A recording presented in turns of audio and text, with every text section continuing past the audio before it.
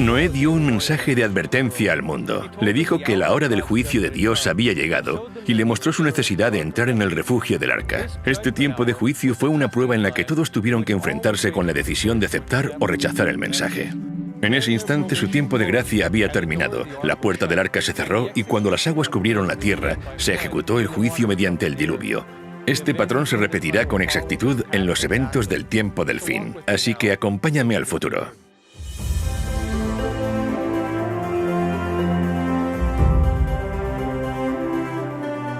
Soy Jeff Rage, el presentador.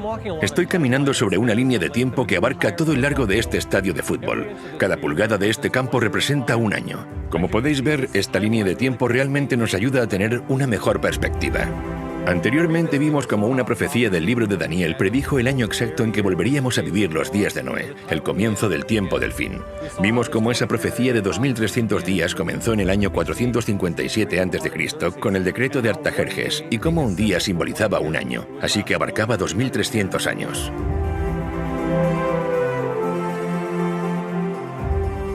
Esta profecía se extendía mucho más allá del tiempo en que Jesús vivió, hasta el año 1844. Fue en esa fecha cuando el mensaje del primer ángel comenzó a transmitir la señal de advertencia que anunciaba que la hora del juicio había llegado. En esos días de Noé, ese tiempo de prueba duró 120 años, pero en nuestros días, el mensaje del juicio ha estado anunciándose durante más de 170 años. Así como el mensaje de Noé se extendió por toda la tierra, de la misma forma el mensaje de los tres ángeles está circulando hoy alrededor del mundo, advirtiendo a sus habitantes que deben entrar en el arca del pacto eterno antes de que se ejecute el juicio final. Antes del diluvio, hubo un momento cuando el último mensaje de misericordia ya había sido dado y todas las personas delante del arca, con la puerta abierta, tuvieron que hacer una elección. Este es el punto donde ahora nos encontramos. Los mensajes del segundo y del tercer ángel nos advierten sobre la última gran crisis del mundo, que colocará a las multitudes de la tierra en el valle de la decisión, tal y como ocurrió en los días de Noé.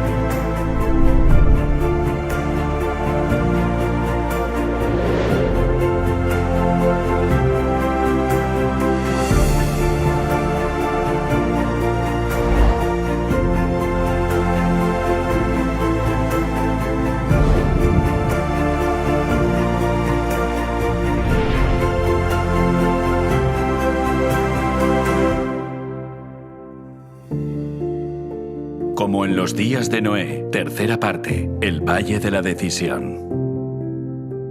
Muchos pueblos en el Valle de la Decisión, porque cercano está el día de Jehová en el Valle de la Decisión. La predicación de Noé habla de un día de juicio, un día para decidir si quieres estar dentro o fuera del arca. Debes hacer tu elección. Noé fue un pregonero de justicia y al predicar y decir que en realidad el único camino que funciona es obedecer la ley de Dios, por contraste estaba condenando, por así decirlo, a los falsos sistemas de adoración. Pero lo que estaba claro es que la mayor parte de la población no estaba cómoda con los requisitos de Dios, así que los adaptaron a su conveniencia. En los días de Noé, debido a la idolatría existente y a la proliferación por todo el mundo de un sistema falso de adoración, la gente estaba dispuesta a rechazar la invitación para entrar en el arca. En nuestros días, los innumerables sistemas de adoración cosecharán un resultado similar, el rechazo del pacto eterno. Pero Dios no dejará que nadie que desee conocer la verdad sea engañado. Tanto su misericordia como su justicia demandan una clara distinción entre la verdad y el error, para que todos puedan tener la luz suficiente para tomar su decisión. Es así como el verdadero buscador de la verdad puede desechar por sí mismo el error, y aquellos que escojan no hacerlo no tendrán ninguna excusa. Con este propósito, Dios envía el mensaje del segundo ángel.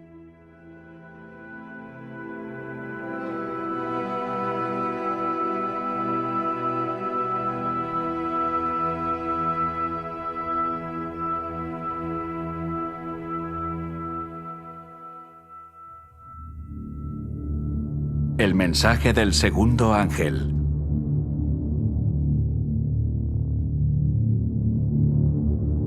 Otro ángel le siguió diciendo: ha caído Babilonia, la gran ciudad, porque ha hecho beber a todas las naciones del vino del furor de su fornicación.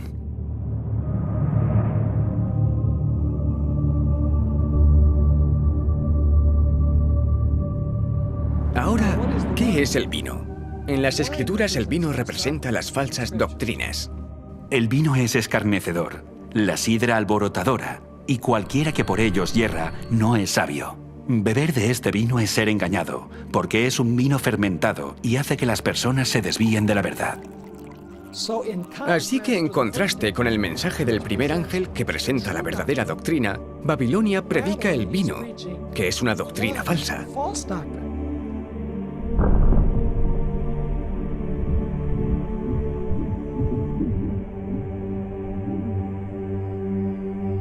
La oscuridad de la noche nos oculta de la vista la verdad sobre el mundo que nos rodea. La confusión, al igual que la oscuridad, nos ha ocultado la verdad sobre el carácter de Dios. Las doctrinas e ideas falsas son como los árboles del bosque que cambian con las estaciones. Se mecen con el viento, crecen y caen a lo largo de los siglos. Existe solo una manera de disipar la oscuridad, y es con luz.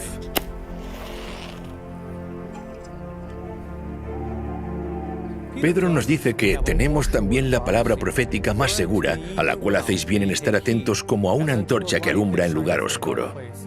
Y a la luz de estas profecías, somos capaces de identificar este sistema llamado Babilonia.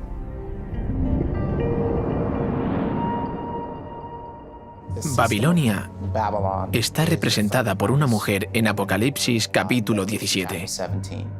Y me llevó en el espíritu al desierto, y vi a una mujer sentada sobre una bestia escarlata llena de nombres de blasfemia, que tenía 7 cabezas y 10 cuernos.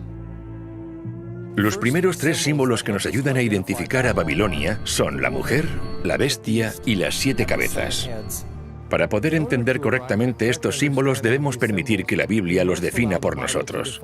Esto es lo que Dios tiene que decirnos acerca del símbolo profético de una mujer. Destruiré a la bella y delicada hija de Sión. Sión fue el nombre dado al pueblo de Dios. También lo leemos en Isaías. Y diciendo a Sión: pueblo mío eres tú. Así que en el Antiguo Testamento, Dios utiliza el símbolo de una mujer para representar a su pueblo. En el Nuevo Testamento también se usa la alegoría de una mujer para representar al pueblo de Dios que conforma su iglesia. Por esto dejará el hombre a su padre y a su madre, y se unirá a su mujer, y los dos serán una sola carne. Grande es este misterio, mas yo digo esto respecto de Cristo y de la iglesia. En el libro de Apocalipsis aparecen 2 mujeres. Una es una virgen vestida de blanco que representa la iglesia de Dios, y la otra mujer se llama Babilonia y es una ramera, lo que significa que representa una iglesia falsa. Está sentada sobre una bestia.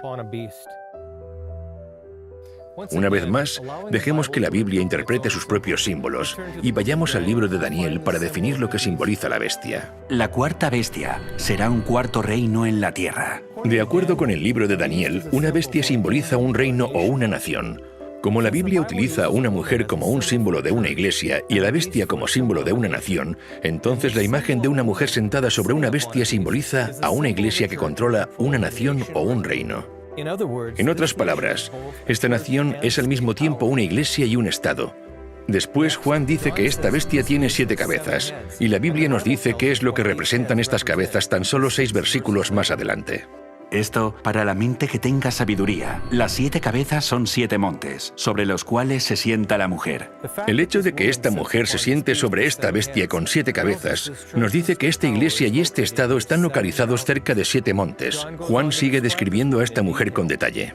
Y la mujer estaba vestida de púrpura y escarlata y adornada de oro, de piedras preciosas y de perlas, y tenía en la mano un cáliz de oro lleno de abominaciones y de la inmundicia de su fornicación, y en su frente un nombre escrito, un misterio: Babilonia la Grande, la madre de las rameras y de las abominaciones de la tierra. Nuestra cuarta pista dice que esta mujer o iglesia, a la que se llama Babilonia, es una ramera, lo que quiere decir que ha cometido adulterio contra Dios al abandonar su pacto. Así que esta iglesia no representa al pueblo de Dios. En lugar de eso, representa a una iglesia falsa. Nuestra quinta característica es la apariencia de la mujer.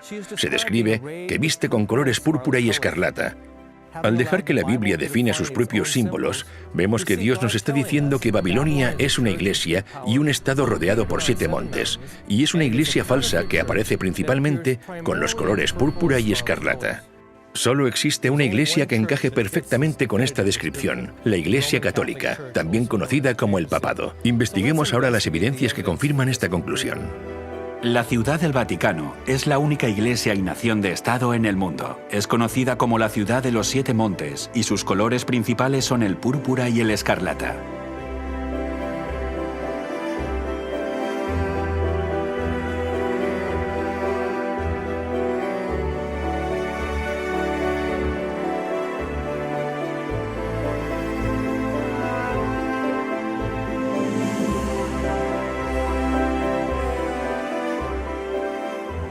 Durante la Reforma Protestante, muchos de los reformadores, incluyendo Thomas Cranmer, John Wesley, William Tyndale, John Wycliffe, Philip Melanchthon, Juan Hus, Martín Lutero y otros muchos, todos concluyeron que el papado era la ramera de Babilonia que aparecía en las Escrituras.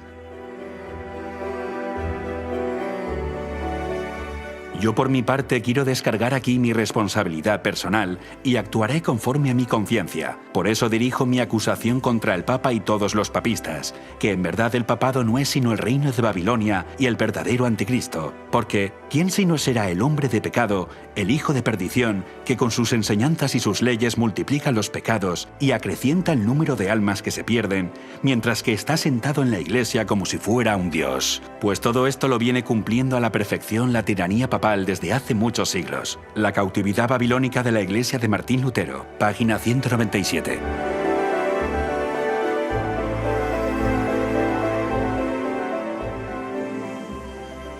El mensaje del segundo ángel es una advertencia contra el vino de Babilonia y la influencia tóxica de sus falsas doctrinas que han engañado al mundo entero. Sí, incluso al mundo cristiano. Este gran engaño no se produjo de un día para otro, sino sutilmente a lo largo de varios siglos.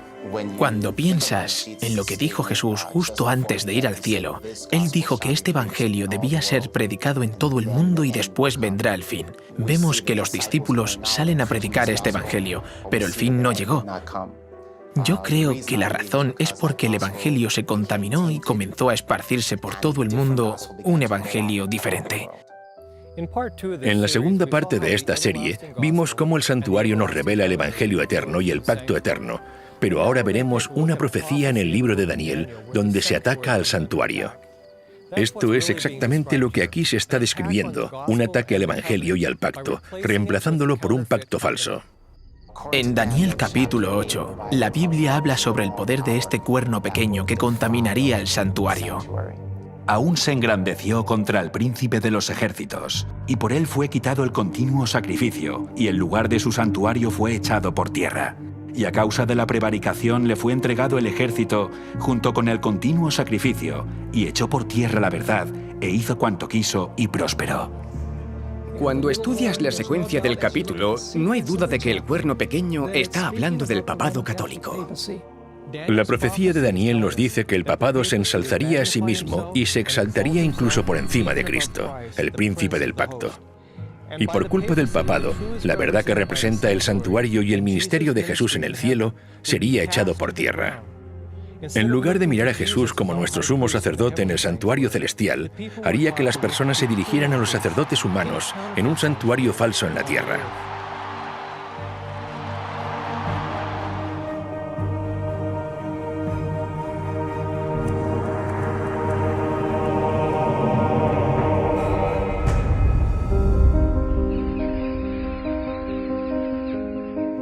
Así que encontramos que durante la Edad Media aparece en escena este poder creciente, que de hecho ataca cada una de las piezas del santuario y la verdad que representaban. El altar del sacrificio, que representaba el sacrificio de Cristo, fue atacado. En cierto sentido, fue alterado y apareció una nueva doctrina que decía que el sacrificio de Cristo no era suficiente para obtener el perdón de los pecados. Y si querías ser perdonado, tenías que pagar dinero. Necesitabas comprar indulgencias, hacer penitencias, así que el sacrificio de Cristo era insuficiente para limpiar los pecados. Y el sacrificio de Cristo, que es solo uno, ahora se repite constantemente en cada misa, y es así como la cruz pierde todo su poder. El lavacro, que representa el bautismo, también fue alterado. Debemos arrepentirnos y ser bautizados, lo que significa que debes de tener la edad suficiente como para entender que has pecado y ser libre de arrepentirte. Pero esta enseñanza fue reemplazada por el bautismo de infantes.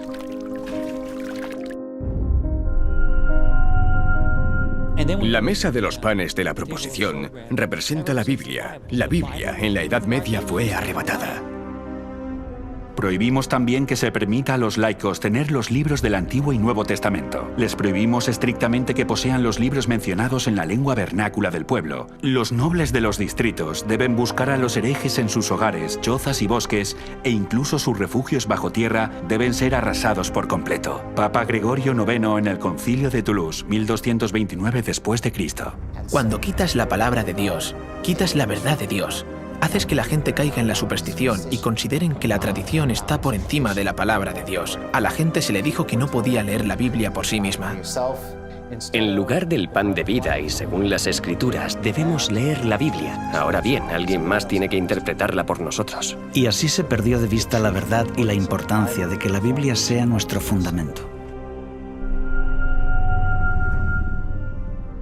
El altar de incienso, que representaba la intercesión de Cristo en nuestro favor, fue aniquilado.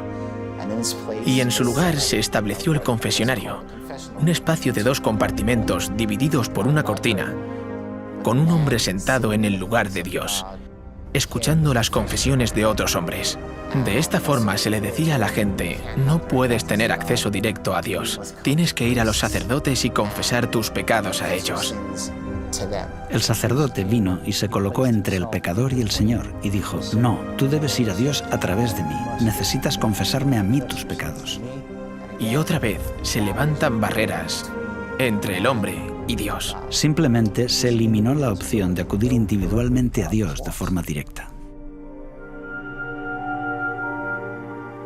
El candelabro de 7 brazos representaba a la Iglesia. También fue atacado durante las persecuciones que ocurrieron durante este periodo de tiempo conocido como la Edad Media. También trató de suprimirse la testificación, y eso es lo que representa el candelabro, el testimonio. Cualquiera que discrepara con la enseñanza de esta Iglesia dominante o de este sistema dominante era perseguido, quemado en la hoguera, torturado de muchas formas diferentes para obligarles a obedecer el sistema. Hay muchas formas diferentes en las que el santuario es derribado. Después tenemos el lugar santísimo, donde está el Arca del Pacto. Allí es donde encontramos los 10 mandamientos, dentro del arca. La Biblia dice que este poder pensaría en cambiar tiempos y la ley. Daniel 7:25.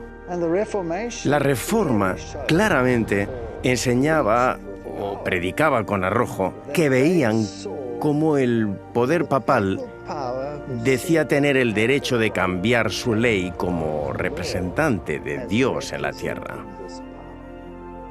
La Biblia dice: acuérdate del sábado para santificarlo. Y la Iglesia Católica lo contradice: por mi divino poder anulo el sábado y te ordeno guardar el primer día de la semana. Y mirad, todo el mundo civilizado se postra en obediencia reverente a la orden de la Santa Iglesia Católica. La profecía predijo que la Iglesia Católica pensaría en cambiar los tiempos y las leyes, y que la Iglesia reconocería este hecho. El Papa tiene el poder de cambiar los tiempos, de abolir leyes y de dispensar todas las cosas, incluso los preceptos de Cristo. Cuando lees la teología de la Iglesia Católica, encuentras que el catecismo ha suprimido el 2.º mandamiento. No aparece. Borraron el mandamiento que hablaba de las imágenes. No tendrás imágenes. Ahora tienen un problema porque solo tienen 9 mandamientos, así que tomaron el 10º mandamiento y lo dividieron por la mitad.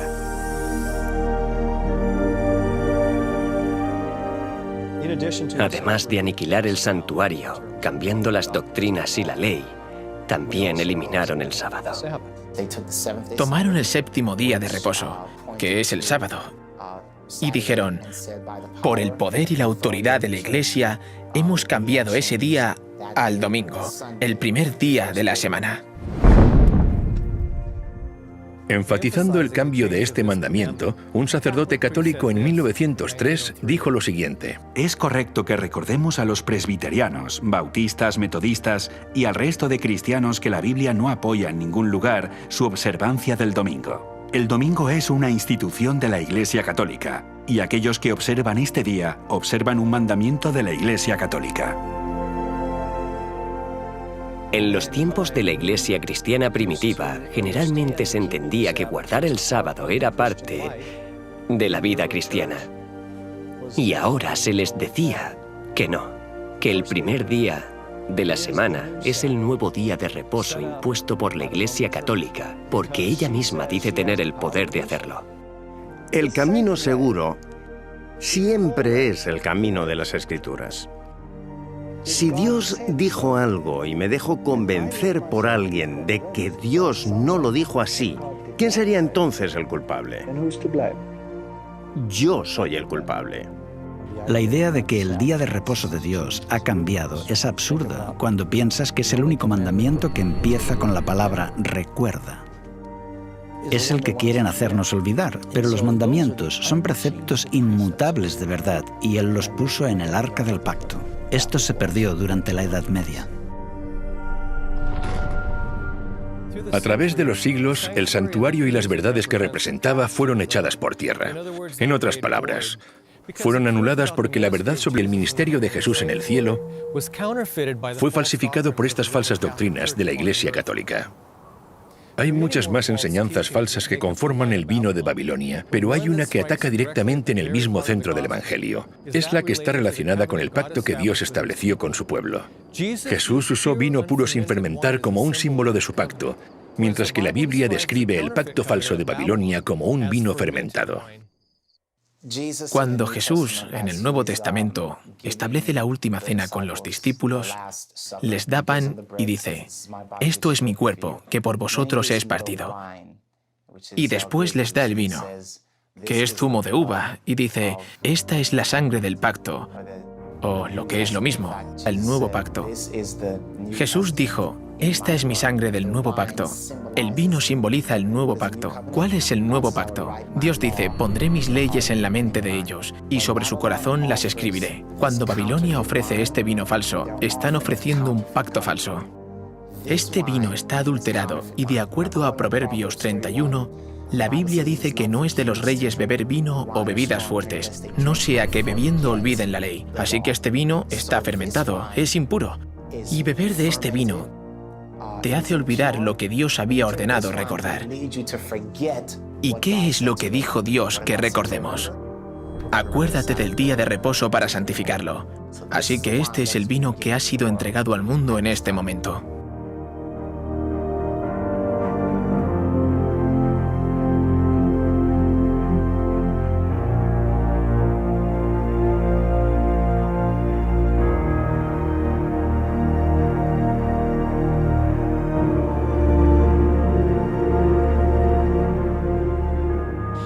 Vemos que cada pieza de mobiliario, incluyendo la ley de Dios, fue eliminada. Todo lo que la Biblia dice que este poder haría, lo hizo durante el tiempo asignado a este poder. Así es como se rechazaron por completo todas de las verdades representadas en el santuario. Así que todo el santuario, desde la puerta hasta el lugar santísimo, había sido corrompido y necesitaba ser restaurado. La profecía de Daniel 8:14 nos dice, hasta 2300 tardes y mañanas. Luego el santuario será purificado. En un momento concreto, todas las verdades que habían sido derribadas por el cuerno pequeño terminarían siendo restauradas. Todo el santuario es echado por tierra y pisoteado por este hombre de pecado, y la Reforma protestante lo restaura. A lo largo de un periodo de 500 años, eso es lo que sucedió. Dios comenzó a hacer que surgieran diferentes movimientos que restaurarían cada pieza de mobiliario, casi siglo tras siglo durante un periodo de 500 años. Tenemos a John Wycliffe en el siglo XV. Él tradujo la Biblia en el idioma del pueblo. Y así surgió, por así decirlo, la Reforma. Martín Lutero nace en el siglo XV. Comienza la Reforma protestante en el siglo XVI. Y en esencia restaura la verdad de que el sacrificio de Cristo es suficiente para el perdón de los pecados. No necesitas pagar dinero, no tienes que hacer penitencia. Es por la fe en su sacrificio en nuestro favor que somos perdonados de nuestros pecados. Juan Calvino aparece en el siglo XVI. Es el fundador del movimiento presbiteriano. Para Calvino la oración es muy importante. Escribió extensamente sobre la oración. Básicamente enseñó que no necesitas ir a los sacerdotes para dirigirte a Dios. Puedes comunicarte con el trono de Dios personalmente. En el siglo XVII, John Smith y Roger Williams son los fundadores del movimiento bautista. Y su mensaje especial es la restauración del modelo verdadero de bautismo. Debes arrepentirte y después ser bautizado.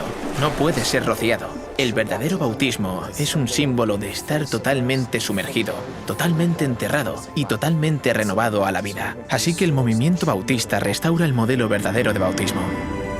En el siglo XVIII aparece en escena John Wesley.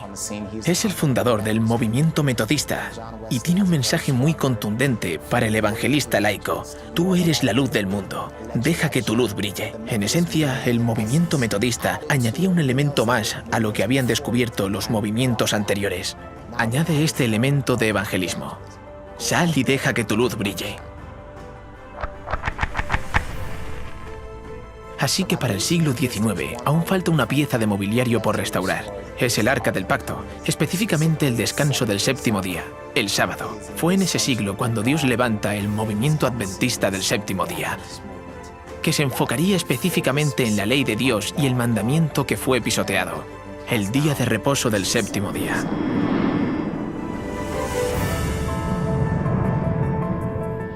Así que en esencia tenemos estas dos profecías en el libro de Daniel. Una que dice que el santuario sería echado por tierra y la otra que dice que sería purificado al final de los 2300 días. Vemos que esto se confirma en la historia.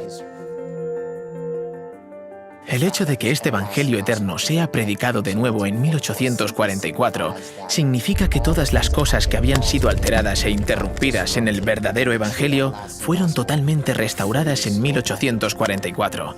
Al mismo tiempo que el Evangelio es completamente restaurado y otra vez comienza a predicarse, comienza también el juicio. Así que este mensaje también se predica. Es un mensaje acerca del fin de los tiempos. Y es un mensaje que prepara al mundo para la venida de Cristo. Igual que Noé invitaba a la gente a entrar en el arca y diferenciarse de la mayoría, Dios, en los últimos días, está invitando a que la gente rechace las falsas enseñanzas de Babilonia.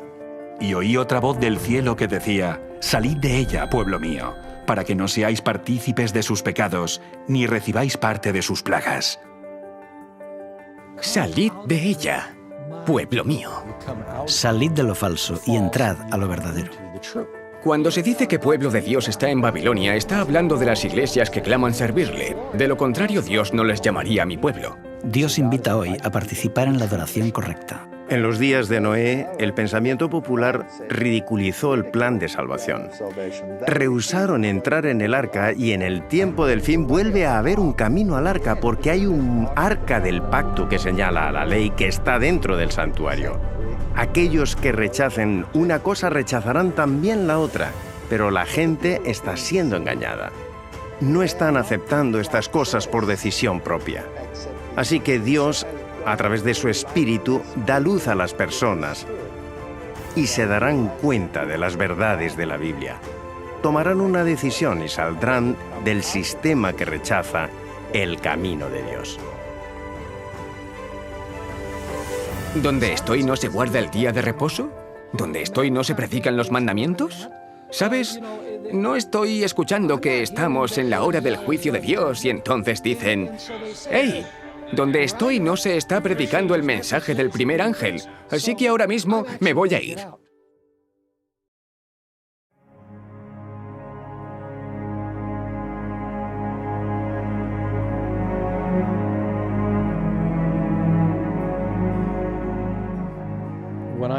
La primera vez que escuché este mensaje, que la denominación a la que pertenecía era Babilonia, y que ese era un método falso de alabanza, me asustó y me salí de la Iglesia Católica.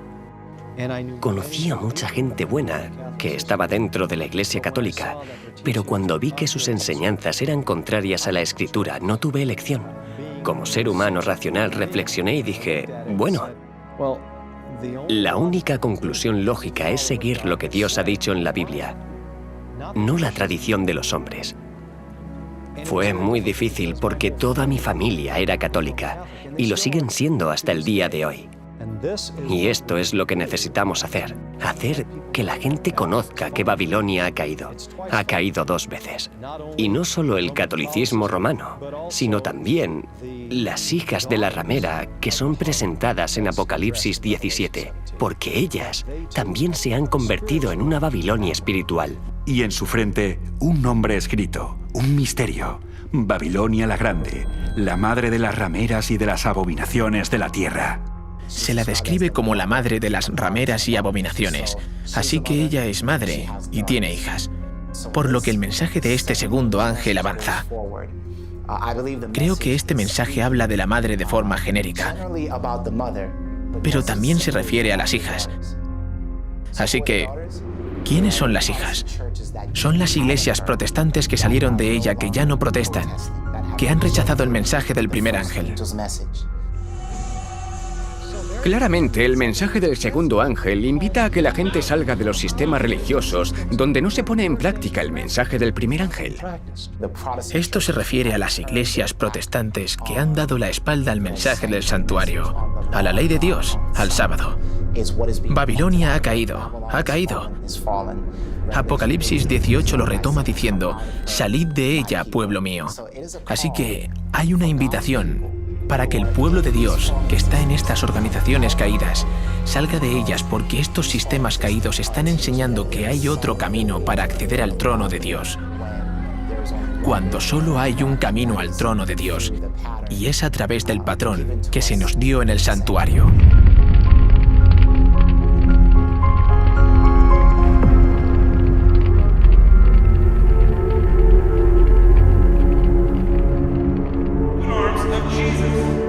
En lugar de protestar en contra de las tradiciones de los hombres y el vino de Babilonia, estas iglesias han bebido de él y lo vierten en sus congregaciones. El término Babilonia, confusión, puede ser apropiadamente aplicado a estas entidades. Todos afirman que sus doctrinas vienen de la Biblia y aún así están divididos en prácticamente innumerables sectas con credos en claro conflicto. Pero la fe religiosa parece tan confusa e incoherente que la gente no sabe cuál es la verdad. A pesar de las tinieblas espirituales y el alejamiento de Dios que se observa en las iglesias que constituyen Babilonia, la mayoría de los verdaderos discípulos de Cristo se encuentran aún dentro de ellas. ¡Lo necesito, Señor! Muchos de ellos no han oído nunca las verdades especiales para este tiempo. No pocos están descontentos con su estado actual y tienen sed de más luz. ¡Quita tus manos de la propiedad de Dios! En vano, buscan el Espíritu de Cristo en las iglesias a las que pertenecen. Como estas congregaciones se apartan más y más de la verdad y se van uniendo más y más con el mundo, la diferencia entre ambas categorías de cristianos se irá acentuando hasta que terminen por separarse del todo.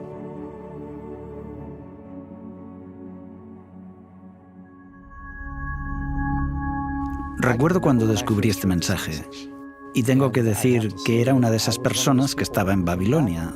Era un pagano, pero la primera vez que fui a Jesús me uní a la típica iglesia evangélica y no hice esas cosas de las que estamos hablando. Y entonces, cuando escuché la verdad sobre el sábado y descubrí el mensaje de salir de Babilonia, fue una lucha. Fue doloroso. Creo que estuve algo enfadado porque me sentía engañado. Tal vez fueron sinceros, pero los maestros no compartieron el mensaje completo conmigo. Estaba frustrado. Vi a diferentes pastores y me pregunté, ¿por qué estamos guardando el primer día de la semana cuando la Biblia claramente dice que el séptimo día es el día de reposo? Creo que pregunté esto a 10 pastores diferentes y probablemente me dieron 11 o 12 respuestas diferentes. Entre ellos no se ponían de acuerdo. Inmediatamente eso me dijo que algo estaba mal. Por otro lado, también fue difícil porque todos mis amigos estaban en esas iglesias y tenía que tomar una decisión. ¿Estoy dispuesto a perder a mis amigos? Mi empleo también estaba en riesgo. Tuve que rechazar trabajos porque guardar el día de reposo significa que lo santificas. Ese día no trabajas.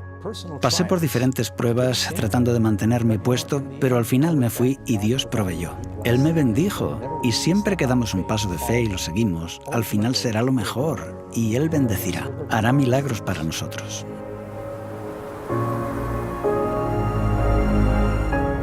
Los mensajes del primer y del segundo ángel serán difíciles de aceptar para los cristianos. Estas advertencias ponen en duda muchas de las creencias fundamentales que los cristianos han profesado. Imagino cómo fue escuchar las serias advertencias de un diluvio global pronunciadas por Noé. También supusieron un reto para la gente de aquellos días. Muchas de esas personas profesaban ser adoradores de Dios, pero las formas falsas de adoración los habían desviado tanto que realmente creían que Noé era un iluso, y rechazaron la invitación a entrar en el arca. El vino de Babilonia y los falsos sistemas de adoración están teniendo el mismo efecto hoy. Impedirán que muchas personas, incluso cristianos, reciban el mensaje del primer ángel. El mensaje les está invitando a entrar en el arca del pacto eterno. Es una invitación para adorarlo a Él, quien hizo los cielos, la tierra y el mar. Vimos cómo este mensaje apunta al mandamiento del sábado, porque es al mismo tiempo un recordatorio de su creación y una señal del pacto eterno. Al descansar el sábado, mostramos que estamos alabando al Dios verdadero y que hemos entrado en el pacto eterno al abrazar su símbolo del sábado. Pero muchos cristianos sinceros han sido engañados. Creen que adoran al Dios verdadero y que han aceptado su pacto, mientras ignoran la esencia de este pacto. Aunque engañados, Dios sabe que muchos han vivido fielmente de acuerdo al conocimiento que poseen. Pero si continúan en el error y rechazan las verdades encontradas en el mensaje de los 3 ángeles, se encontrarán fuera del arca, al igual que aquellos que rechazaron la solicitud de Noé. Dios es amor, y porque es amor, hay una cosa que no puede hacer, y es forzar a alguien a aceptar su misericordia, en contra de sus deseos. El amor invita, el amor implora, pero el amor nunca puede vulnerar el libre albedrío del cual depende su propia existencia. Dios acepta y se regocija en aquellos que vienen a Él y respeta las decisiones de aquellos que no lo hacen. Pero esto no es así con el gran adversario. Él usará todos los medios necesarios, incluyendo la coacción y la fuerza, para asegurarse la sumisión y lograr sus objetivos. Durante siglos, Satanás ha estado preparando sus engaños más poderosos para su asalto final. Pero en el otro lado, el amor hará que cada persona tome una decisión inteligente según su libre elección. Con este propósito, Dios envía el mensaje del tercer ángel para desvelar los planes del enemigo y que todos tengan la suficiente luz para que nadie sea engañado cuando se encuentre en el valle de la decisión.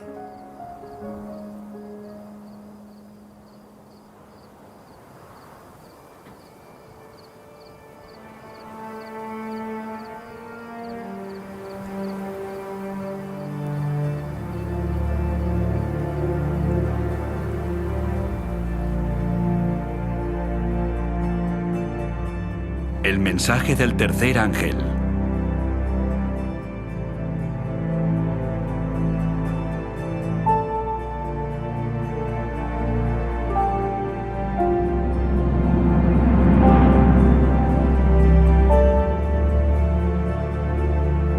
Y el tercer ángel lo siguió diciendo a gran voz: si alguno adora a la bestia y a su imagen y recibe la marca en su frente o en su mano, él también beberá del vino de la ira de Dios, que ha sido vaciado puro en el cáliz de su ira, y será atormentado con fuego y azufre delante de los santos ángeles y del Cordero.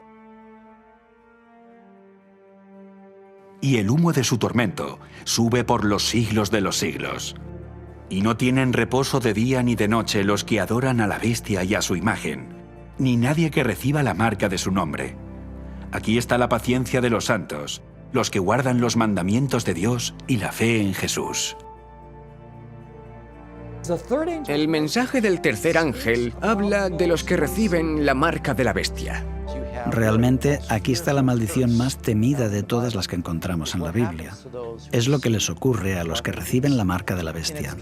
Y está relacionada con la falsa adoración y un juicio para los que adoran de forma diferente a como se indica en la Biblia. Pero no es solo el mensaje del primer ángel el que invita al mundo a adorar al Creador, sino que el mensaje del tercer ángel advierte al mundo de que no adore a la bestia ni a su imagen. Así que en el tiempo del fin, la cuestión va a estar claramente relacionada con la adoración. Satanás no está tratando de evitar que adoremos, está tratando de desviarnos hacia la falsa adoración. En los últimos días, Satanás y el poder de la bestia no dicen no adores, ellos dicen adora, pero adora a la bestia. Vemos un paralelismo con los días de Noé. La población del mundo estaba dividida en dos grupos. Por un lado, la mayoría, lamentablemente fuera del barco con la marca de la bestia, y la minoría dentro del barco con el sello de Dios.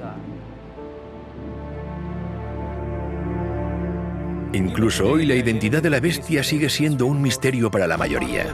La cultura popular ha hecho de estas profecías tema de innumerables películas y libros, y esto ha llevado a todo tipo de especulaciones, y al hacer esto ha mermado su significado. Ha hecho que se olvide su verdadero significado bajo un manto de confusión. La verdad es que podemos saber exactamente qué es la marca de la bestia. Después de todo, esa es la razón por la que Dios nos dio esta advertencia. Primero necesitamos ser conscientes de que nadie estará a salvo solo por saber cuál es la marca de la bestia. Cuando llegue el conflicto final, solo los que tienen el sello de Dios serán preservados durante el último gran conflicto.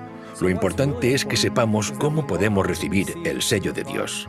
Así que antes de ver en qué consiste la marca de la bestia, aprendamos primero en qué consiste el sello de Dios. Vi también a otro ángel que subía de donde sale el sol y tenía el sello del Dios vivo. Y clamó a gran voz a los 4 ángeles, a quienes se les había dado el poder de hacer daño a la tierra y el mar, diciendo: no hagáis daño a la tierra ni al mar, ni a los árboles, hasta que hayamos sellado en sus frentes a los siervos de nuestro Dios. En los días de Noé fue sellado en el arca. Esto solamente significaba que no podía salir y que nadie podía entrar. Una vez en el arca, la Biblia dice que el Señor le cerró la puerta. En las Escrituras, la palabra cerrar y la palabra sello son intercambiables. Por ejemplo, Dios le dijo a Daniel: cierra las palabras y sella el libro hasta el tiempo del fin. De esta forma, la palabra cerrar y la palabra sellar tienen el mismo significado. Por lo tanto, cuando la Biblia dice que el Señor lo cerró, es lo mismo que decir el Señor lo selló. Noé fue sellado en el arca del pacto y fue preservado durante el diluvio. Fueron salvados del juicio que iba a venir sobre toda la tierra. No hay otro momento más difícil en la historia humana que se pueda comparar en intensidad con el que el pueblo de Dios va a atravesar. Para poder resistir este periodo, esta dura prueba, el pueblo de Dios tiene que haber sido sellado primero. Y el propósito del sello es, en primer lugar, que Dios identifique a los que son suyos para que los ángeles sepan a quién deben proteger durante este momento de dificultad. Isaías, capítulo 8, versículo 16, habla de sellar la ley entre los discípulos de Dios. Ata el testimonio, sella la ley entre mis discípulos. Así que aquí descubrimos que hay una relación entre el sello de Dios y su ley. Cuando ves los sellos antiguos que se usaban en tiempos bíblicos, ves que siempre tienen 3 elementos. Tienen el nombre de la autoridad que los expedía, el rey o quien fuera, tienen su título y tienen su jurisdicción. Un sello tiene el título, el nombre y el territorio. Y cuando lees los 10 mandamientos, solo el 4º mandamiento habla de Dios como el creador. Tiene el nombre y tiene el territorio. Su jurisdicción es ser el gobernador de los cielos y la tierra. Así que justo en el mandamiento del sábado encontramos el sello de Dios, y esto es algo único que identifica al que adoramos. Al igual que en los días de Noé, subirse al arca representaba que aceptaban todo el código moral de Dios, los 10 mandamientos, seguir la voluntad de Dios. En el tiempo del fin, guardar el sábado es la señal de que se aceptan todos los requisitos morales de Dios. El sello, de acuerdo con la Biblia, puede resumirse en ese mandamiento, el cuarto mandamiento. No porque ese mandamiento por sí mismo te salve, sino porque ese mandamiento da autoridad a toda la ley. Sin el cuarto mandamiento, el resto del decálogo podría ser las leyes de cualquiera. Pero este es el Señor, tu Creador. Eso es lo que le da el sello de autoridad a toda la ley. Guardando ese día conforme al mandamiento, estás reconociendo la autoridad del legislador, y por eso es importante guardar el sábado. Y santificad mis días de reposo, y sean por señal entre mí y vosotros, para que sepáis que yo soy Jehová vuestro Dios. Realmente, el sábado determina a quién adoras.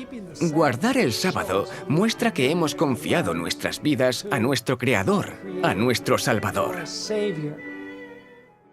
Si el día de reposo es la señal de Dios como el Creador, la marca de la bestia debe ser una señal antagónica que este poder ha creado para rivalizar con la señal que Dios estableció.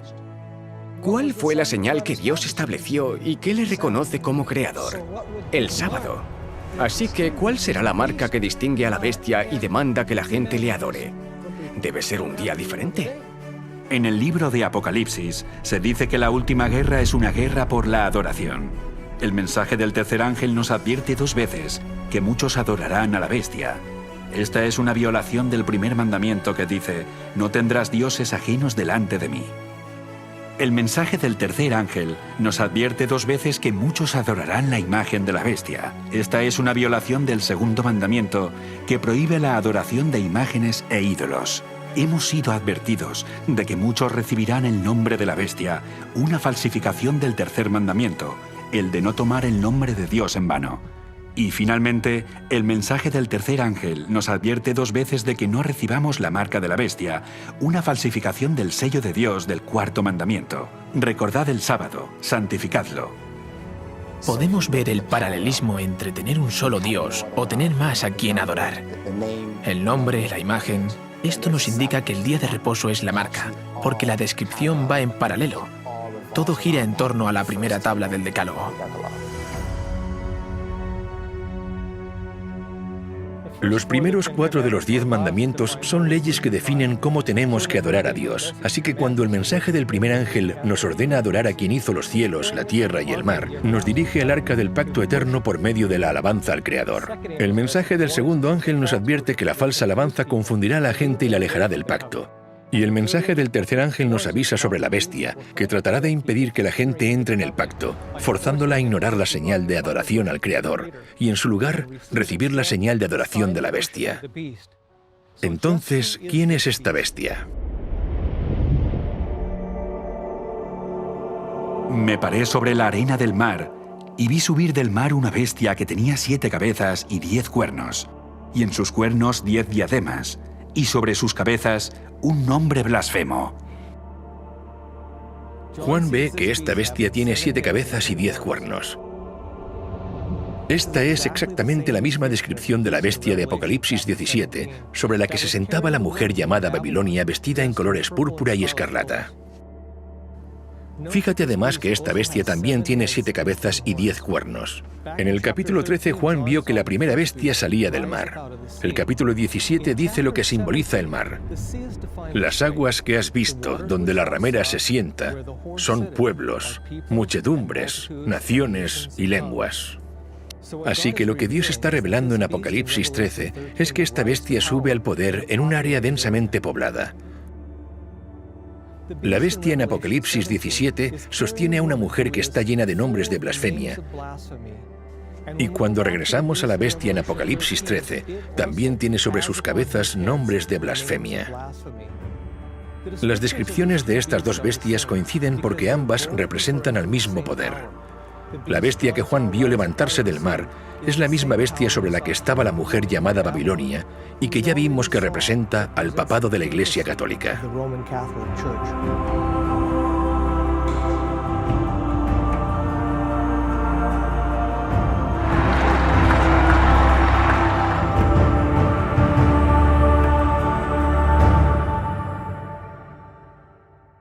Cuando estudiamos quién es la bestia y entendemos cómo los símbolos de la bestia representan al sistema papal y a la Iglesia Católica, encontramos que su marca de adoración es la reivindicación de la capacidad que dicen tener para cambiar la ley de Dios.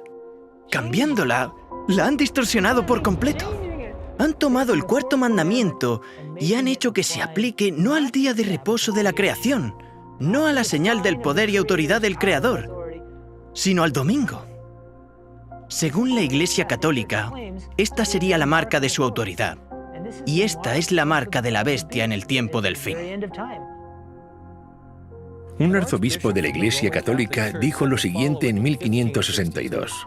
Por lo tanto, la autoridad de la Iglesia no está unida a la autoridad de las Escrituras, ya que la Iglesia había cambiado el sábado al domingo, no por orden de Cristo, sino por su propia autoridad.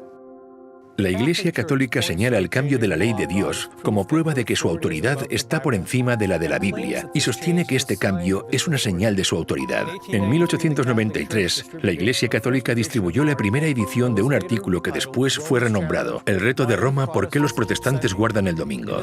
En esta publicación, el autor católico lanza a los protestantes esta pregunta. Aún no es demasiado tarde para que los protestantes se salven a sí mismos. ¿Lo harán? ¿Se mantendrán firmes en la doctrina protestante? ¿Tomarán verdaderamente solo la palabra escrita, solo las Escrituras como su única autoridad y única norma? ¿O todavía retendrán la doctrina y la práctica indefendible, contradictoria y suicida, de seguir la autoridad de la Iglesia Católica y llevar la señal de su autoridad? ¿Guardarán el día de reposo del Señor, el séptimo día, de acuerdo a la Escritura? ¿O guardarán el domingo de acuerdo a la tradición de la Iglesia Católica? Eliminar aquello que nos recuerda la autoridad de Dios como Creador, rechazar la señal de la fe, la supresión de esas cosas, ataca a los cimientos de nuestra relación con Dios y todo lo que esto conlleva. El acto más desafiante que puede haber para desafiar la autoridad de Dios es cambiar su ley, porque la ley es la base de su gobierno. El papado reclama este cambio como una señal de su autoridad. Aquellos que adoren al Creador honrarán el día que Dios santificó como la señal de su autoridad y de que forman parte del pacto. Y aquellos que pisoteen la ley de Dios para obedecer una representación humana recibirán la marca de la bestia, porque aceptan la señal de lealtad al poder que escogieron obedecer, en lugar de obedecer a Dios. Este es el centro del conflicto en esta última guerra por la adoración. Conforme esta crisis se intensifica y se hace universal, cada persona recibirá la señal del poder que decidieron obedecer, en la frente o en la mano. La marca será tanto en la frente como en la mano. Ahora bien, para entender realmente lo que esto implica, tenemos que leer Deuteronomio capítulo 6. Y estas palabras que yo te mando hoy estarán sobre tu corazón, y las repetirás a tus hijos, y las atarás como una señal en tu mano, y estarán como frontales entre tus ojos. Así que primero necesitamos entender qué significan estas palabras, que son los mandamientos que acababan de ser dados en el capítulo anterior. En Éxodo capítulo 13, versículo 9, dice lo mismo. Y también en Deuteronomio 11. La ley de Dios debe estar en tu mano y como frontales entre tus ojos. Y eso añade un nuevo significado a la marca de la bestia. La marca en la frente significa que conscientemente has tomado la decisión de no seguir a Cristo. Hablamos de símbolos. En la mano significan tus acciones y en la frente tu fe y tu forma de adorar. Puedes recibir la marca de cualquiera de las dos formas. Puede que conscientemente no estés de acuerdo con ella, pero la recibes porque dices, realmente no estoy de acuerdo, pero voy a hacerlo porque no quiero perder mi vida. El texto dice que está en la mano y en la frente. Tienen la ley y el pacto de la bestia en su forma de actuar y en su forma de adorar. En esta guerra por la adoración, la bestia tiene un aliado poderoso. Después de ver la primera bestia levantarse del mar, Juan ve otra bestia y dice que esta segunda bestia es la que forzará al mundo a adorar a la primera bestia. Después vi otra bestia que subía de la tierra y tenía 2 cuernos semejantes a los de un cordero, pero hablaba como dragón. Y ejerce toda la autoridad de la primera bestia en presencia de ella y hace que la tierra y los moradores de ella adoren a la primera bestia, cuya herida mortal fue sanada.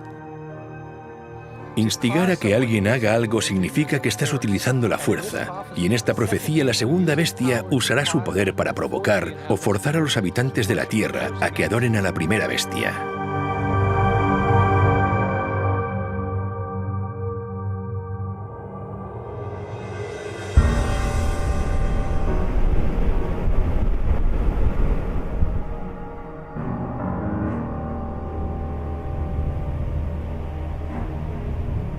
La primera bestia salió del mar, y ya vimos cómo la Biblia utiliza el mar como un símbolo para representar un área densamente poblada de personas, multitudes, naciones y lenguas. La segunda bestia sale de la tierra, que por contraste representa un área remota, lejos de las ciudades o áreas habitadas de la tierra. Se trata de una nueva nación ascendiendo al poder en un área relativamente deshabitada.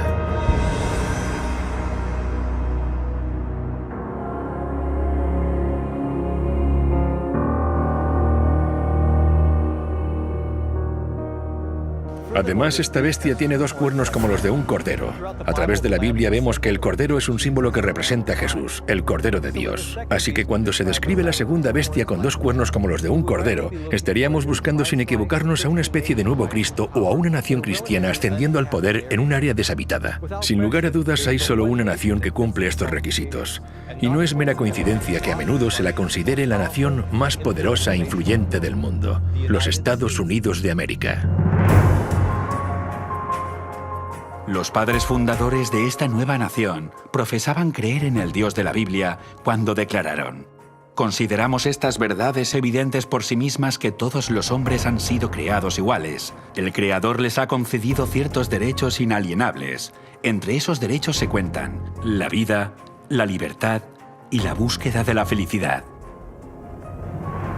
La primera enmienda a la Constitución de los Estados Unidos de América no solo manifiesta fe en el Creador, sino que también garantiza las libertades civiles y religiosas. Declara: el Congreso no podrá hacer ninguna ley con respecto al establecimiento de la religión, ni prohibiendo la libre práctica de la misma. Este nuevo gobierno se estableció para evitar la intolerancia religiosa y la persecución que había prevalecido en Europa por tantos siglos, para impedir que la Iglesia controlara al Estado y que el Estado controlara a la Iglesia. Jesús dijo: dad pues a César lo que es de César y a Dios lo que es de Dios. Estos principios cristianos, escritos en los documentos de los fundadores de los Estados Unidos, fueron el secreto de su éxito. Millones huyeron a América para poder adorar de acuerdo a los dictados de su conciencia. Pero la Biblia declara que se avecinaban cambios. Cuando Juan vio a esta bestia salir de la tierra, dice que era como un cordero, pero hablaba como dragón. Justo en el siguiente versículo leemos que esta bestia, que son los Estados Unidos de América, hace que la tierra y los moradores de ella adoren a la primera bestia. Las profecías declaran que los Estados Unidos de América, a menudo considerados la autoridad civil del mundo más poderosa, unirá sus esfuerzos con la Iglesia Católica, que es considerada como la autoridad moral y espiritual más sobresaliente del mundo. La bestia que representa a la Iglesia y la otra bestia que representa al Estado se unirán y pisotearán las libertades civiles y religiosas sobre las que se fundaron los Estados Unidos.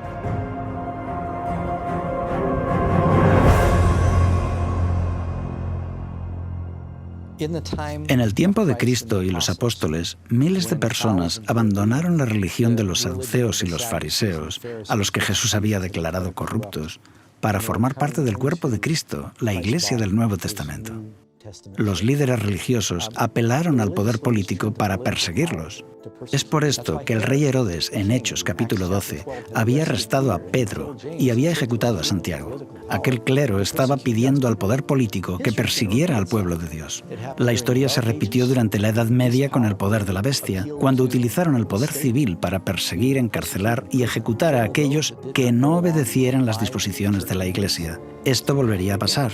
Veremos que en el tiempo del fin esto se va a repetir. Posiblemente necesitaríamos debatir un proyecto de ley que requiera que cada americano vaya a la iglesia de su elección el domingo para tratar de lograr una renovación moral. Sí, estamos hablando de la senadora Sylvia Allen y ella piensa que la nación está sufriendo una decadencia moral. La cuestión acerca del día de reposo será muy importante en todo el mundo. Las cadenas de radio y los canales de televisión también difundirán la visión opuesta porque Dios es un Dios justo. Así que la televisión, la prensa y otras organizaciones informarán acerca de las dos opciones, de los dos sistemas de adoración y los dos días de reposo. El sábado bíblico en el séptimo día y el día de reposo del resto del mundo. Se asegurarán de que este mensaje quede claro. Los cristianos han dicho que lo cambiaron. No, te equivocas. Mucha gente escuchará este mensaje en la 11ª hora. Miles se convertirán. Y el séptimo día fue un día de descanso ahora. El primer día, el domingo, que por cierto fue tomado de los romanos y los griegos, se introdujo después. ¿Cuál es el problema? Lo que está ocurriendo es que los pecados de Babilonia están siendo desenmascarados y la gente se va a dar cuenta de que las iglesias son Babilonia. Y de que estas iglesias han estado enseñando doctrinas falsas. Irán a sus pastores y sacerdotes y dirán, ¿son ciertas estas cosas? ¿Por qué no nos habéis dicho nada? Y preguntarán, ¿estas cosas son así? Y claro, la mayor parte harán todo lo que puedan para denunciarlo y apartarse de ellos, pero ellos continuarán diciendo paz, paz, no os preocupéis por estas cosas. Les están engañando, pero muchos no se quedarán satisfechos. Habrá muchos que escuchen este mensaje y lo acepten. Van a posicionarse y saldrán de Babilonia a costa de una gran pérdida personal y experimentarán una gran tribulación y persecución. Comenzarán a abandonar las iglesias nominales, aunque los líderes no van a descansar tranquilamente. De hecho, harán todo lo que puedan para contrarrestar el mensaje que ha sido difundido. Los líderes religiosos protestantes y católicos van a unir sus fuerzas.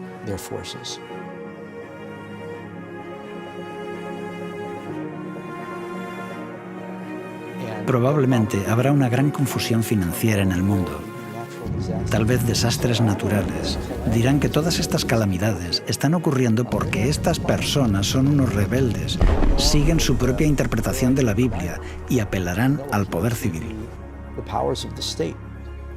Estos líderes de la Iglesia, estos líderes protestantes, se unirán al Estado y formarán una imagen de la bestia. La Iglesia y el Estado se darán la mano. Sé que suena imposible en un país con la primera enmienda, donde el Congreso no puede crear leyes estableciendo una religión o prohibiendo el libre ejercicio de ella. Pensamos, ¿cómo puede llegar a ocurrir esto en los Estados Unidos de América? Apocalipsis 13, versículos 11 al 18, nos dice que está llegando el día cuando esto ocurra. También hace grandes señales, de tal manera que aún hace descender fuego del cielo a la tierra delante de los hombres. Y engaña a los moradores de la tierra con las señales que se le ha permitido hacer en presencia de la bestia, mandando a los moradores de la tierra que le hagan imagen a la bestia. Cuando dice que los Estados Unidos dirán al mundo que deben hacer una imagen de la bestia, está diciendo que deben imitar el sistema papal, creando un gobierno de iglesia y Estado. Las iglesias líderes de los Estados Unidos se unirán en puntos comunes de doctrina y juntas harán que el gobierno imponga sus decretos.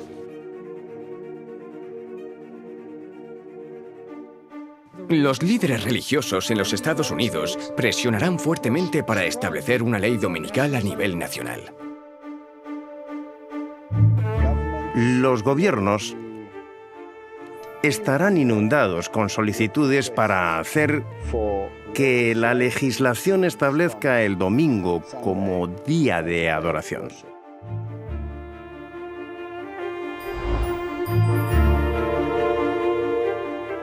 Esto terminará derivando en una ley dominical en todo el mundo. Esto se ve en diferentes momentos de la historia de Daniel. Se estableció una ley y tuvieron que escoger. Cuando se instaló la imagen en los valles de Dura, no parecía que tuviera importancia.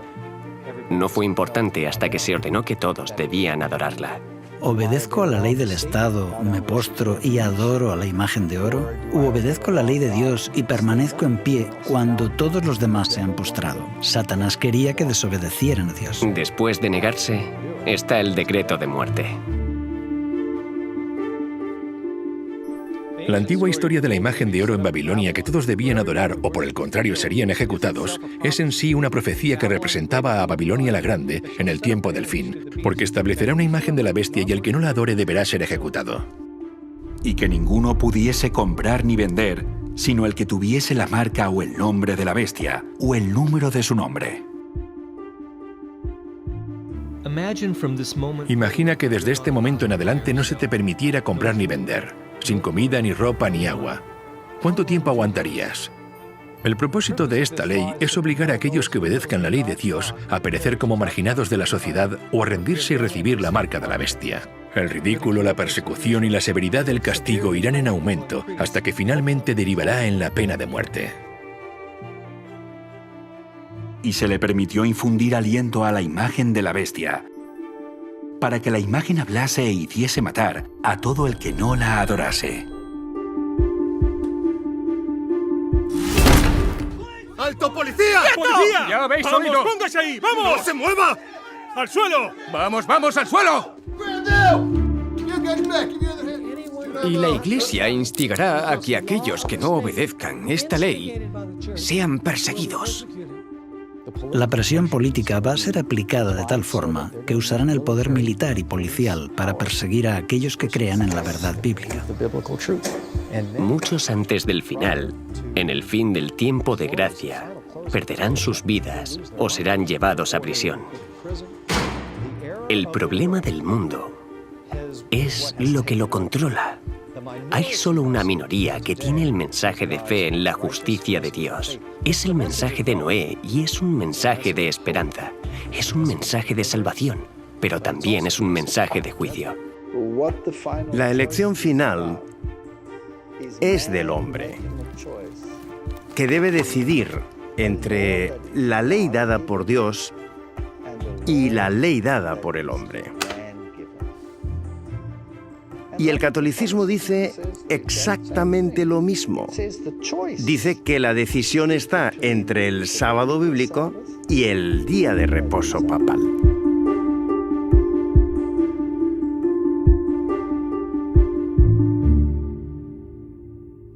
En estos momentos nadie tiene la marca de la bestia. Esto será solamente cuando el decreto de ley imponga que hombres y mujeres deben recibir la marca del poder que han elegido obedecer. Antes de continuar, quiero dedicar un momento para considerar 3 principios latentes en esta controversia. Veréis, la lucha entre el día de reposo de Dios y la legislación dominical es una disputa acerca del carácter de Dios. ¿Quién es Dios? ¿Impondría que todos le adoren por la fuerza o más bien desearía un servicio de amor ofrecido libremente? Dependiendo de nuestra respuesta, esta pregunta determinará en qué lado de la controversia te encontrarás. Si crees que Dios obligará a los suyos a adorarlo, entonces puedes llegar a pensar que Dios desea la ley dominical. Sin embargo, si crees que el carácter de Dios es altruista y amoroso, entonces reconocerás que la imposición del día de descanso, la violación de la libertad y la conciencia es la obra de otro poder. El segundo principio nos lleva a la siguiente pregunta. ¿Cómo nos salva Dios? La idea de que podemos apaciguar a Dios y poner fin a los desastres de la tierra imponiendo de forma estricta el día de adoración, en cierto modo sería como aceptar el principio de que el hombre puede salvarse a sí mismo mediante su esfuerzo personal.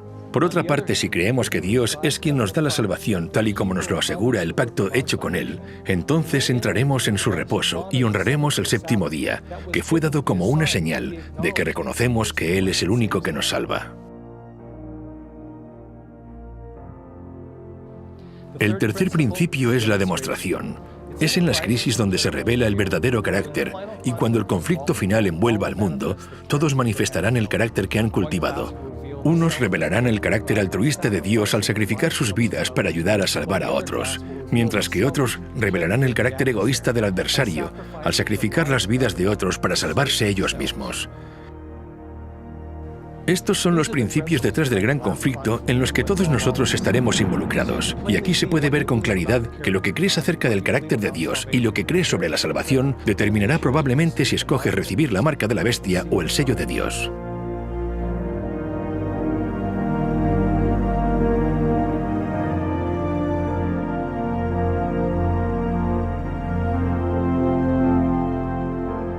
Ahora mismo el mensaje de los tres ángeles está anunciando la hora del juicio final, advirtiéndonos de los eventos que rodean el cumplimiento del juicio que está por llegar. No sabemos cuándo tendrán lugar los eventos, no sabemos el año exacto, pero sea cuando sea, sabemos que sucederán pronto y sobrevendrán rápidamente. Veamos un panorama detallado de estos eventos finales.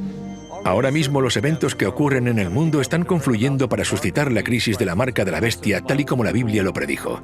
Y será entonces cuando se agote el tiempo de prueba, seguido por la ejecución del juicio y la segunda venida de Cristo. En los días de Noé, el mundo entero se encontraba en el valle de la decisión, pero cuando todos habían tomado su decisión de aceptar o rechazar el refugio del arca, la puerta de la misericordia se cerró. En ese momento, su decisión fue sellada. Todos habían elegido aceptar o rechazar la invitación para entrar en el refugio del pacto eterno, y muy pronto la puerta se volverá a cerrar de nuevo para siempre.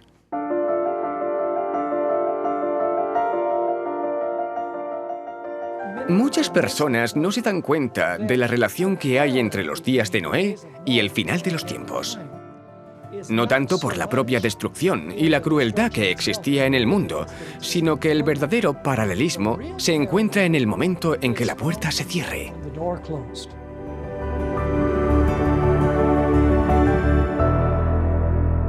El fin del tiempo de gracia. Nosotros como humanos, sencillamente, no podemos comprender la tolerancia y la paciencia de Dios. Pero él dijo, no contenderá mi espíritu con el hombre para siempre. Hay un límite, y en el tiempo de Noé, Dios determinó 120 años.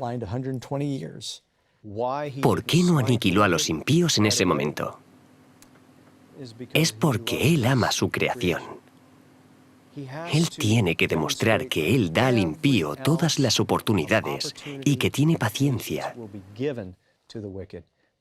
Pero llega un punto donde el tiempo de gracia termina y vemos que la puerta del arca se cierra. Creo que justo ahora estamos llegando al fin del tiempo de gracia de Dios y de la misericordia para esta generación.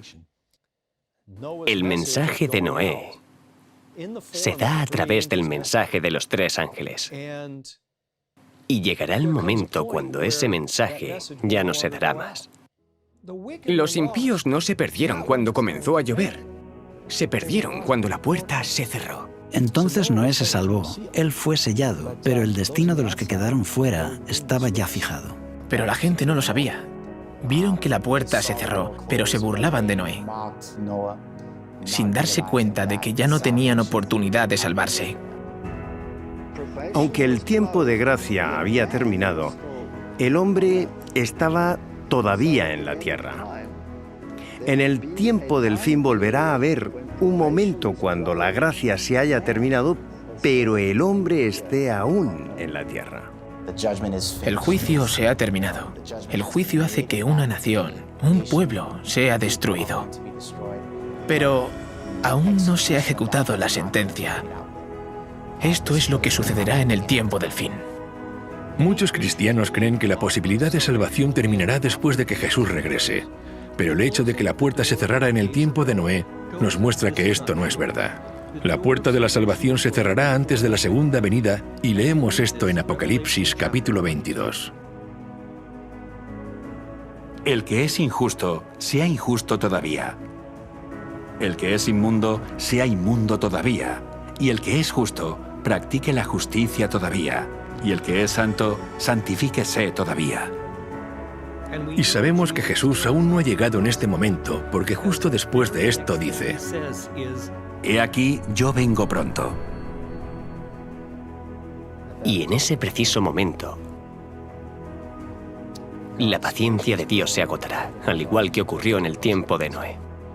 Así que Dios pide que nos preparemos, no para la segunda venida de Cristo.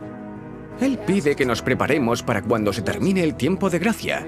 Esto es lo importante.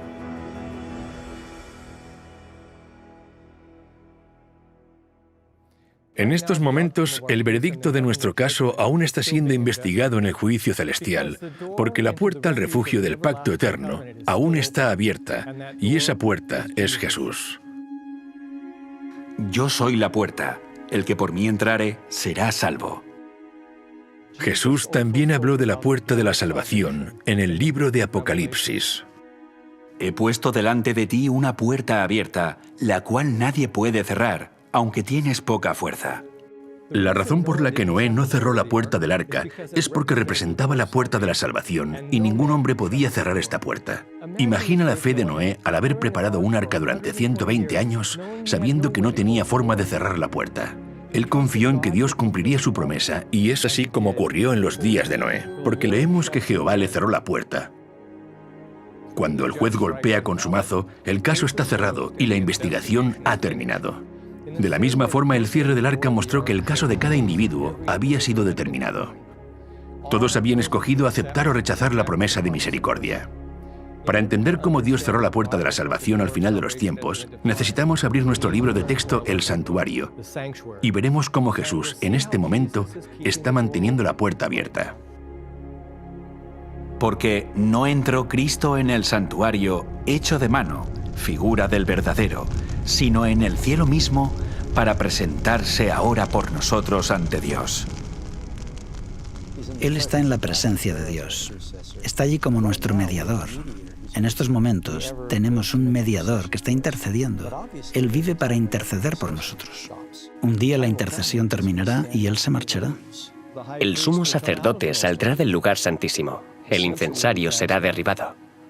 En este momento, no hay más mediador. Y por lo tanto, no puede haber más perdón de los pecados. Cristo es el que murió, más aún, el que también resucitó, el que además está a la diestra de Dios, el que también intercede por nosotros. Jesús es nuestro defensor en el tribunal celestial, y su intercesión ante el Padre suplicando para nosotros por los méritos de su sangre hace posible la misericordia. Esto significa que cuando Jesús deja la presencia del Padre, la humanidad ya no tendrá más un mediador, y la puerta de la misericordia se cerrará. Ahí los salvos quedan salvos y los perdidos quedan perdidos. Lo que significa que cada caso ya ha sido decidido para vida o para muerte. Damos por sentado que Él nos perdonará, porque a menudo cuando pecamos sabemos que podemos orar y Él nos perdona. Pero un día la lavandería va a cerrar y ya no podremos ser purificados. Así que ahora es el momento de ser santificados y purificados.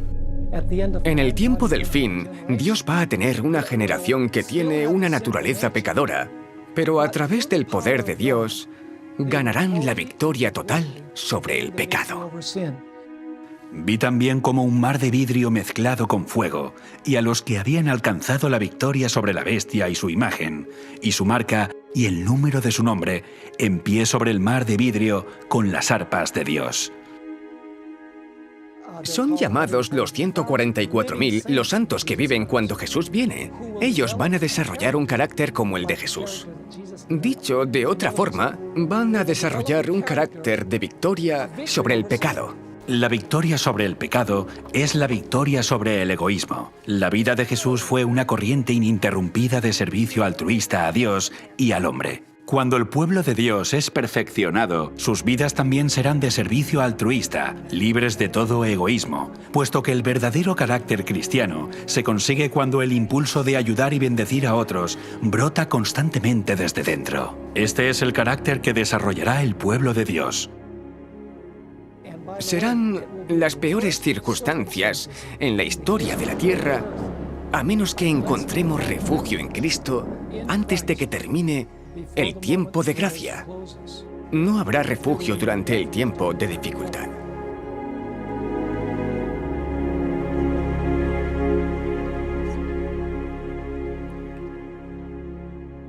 La Biblia dice que Satanás es el acusador de los hermanos, pero Jesús está en la presencia de Dios para defendernos. Pero Jesús no puede terminar su trabajo de intercesión hasta que se levante una generación de santos que estén tan llenos del Espíritu que puedan ponerse en la presencia de Dios sin un mediador. Así que justo ahora Jesús está trabajando para cumplir las promesas de su pacto en aquellos que se lo permitan.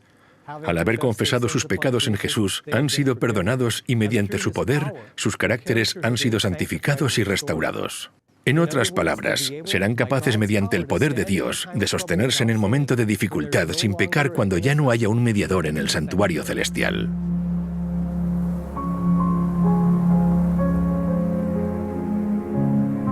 Para hacernos una idea de lo que ocurrió con Noé y su familia cuando entraron en el arca, la puerta se había cerrado y durante 7 días no pasó nada.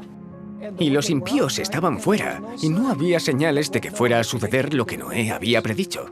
Tuvo que haber pensado, bueno, este diluvio, estas aguas van a llegar en cualquier momento. No hay duda de que durante ese tiempo Noé atravesó una prueba severa de su fe. Y pasó un día y no ocurrió nada. Pasan 2 días y nada. Yo creo que Noé comenzó a extrañarse. Él pensó, bueno, quizá estaría equivocado. Y después de 7 días, fue cuando vino el juicio. En el tiempo del fin ocurrirá lo mismo. El pueblo de Dios pasará por un momento de gran dificultad. Les van a hacer creer. Serán tentados a creer que la presencia de Dios les ha abandonado.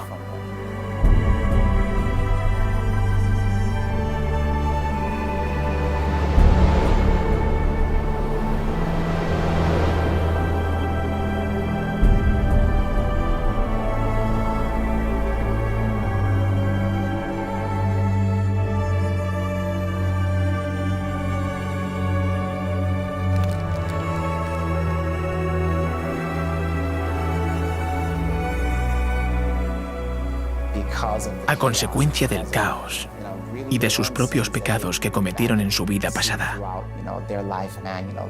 Mira mi vida, no es lo que debió haber sido, y pasarán por ese momento de dificultad, que es un trance de auténtica agonía mental. ¿Se terminó el tiempo de gracia? ¿Soy salvo?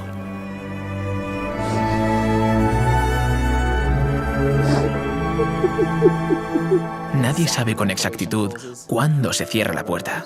Cuando caigan las plagas, sabremos cuándo termina el tiempo de gracia. Existe un paralelismo con el tiempo de Noé en el sentido de que hay una predicación. La predicación divide el mundo en 2 grupos. Luego está cuando la puerta se cierra. Después hay un periodo donde la fe de los que están dentro del arca se pone a prueba y aquellos que están fuera están seguros de que Noé y su familia están equivocados. Y después está la destrucción. Llama la atención el paralelismo con el tiempo del fin, porque primero está el mensaje de los 3 ángeles que incluye el momento del juicio. Después de esto se cierra la puerta, cuando los inmundos permanecen inmundos y los justos siguen siendo justos. El santo seguirá siendo santo y el injusto continuará siendo injusto. Después de eso habrá un periodo de tribulación donde el pueblo de Dios estará en la tierra. Su fe será puesta a prueba. Luego vendrá la destrucción. Así que hay un paralelismo sorprendente entre lo que sucedió en los días de Noé y lo que sucede durante el día del juicio final. Y este juicio termina con el fin del tiempo de gracia, no con la segunda venida de Cristo. Termina en el fin del tiempo de gracia, cuando la puerta se cierra, al igual que ocurrió en los días de Noé. En Lucas capítulo 13 también aparece la imagen de la puerta cerrada y la gente que llama a la puerta para entrar. Porque os digo que muchos procurarán entrar y no podrán. Después que el padre de familia se haya levantado y cerrado la puerta, y estando fuera empecéis a llamar diciendo, «Señor, Señor, ábrenos». Él respondiendo os dirá, «No sé de dónde sois».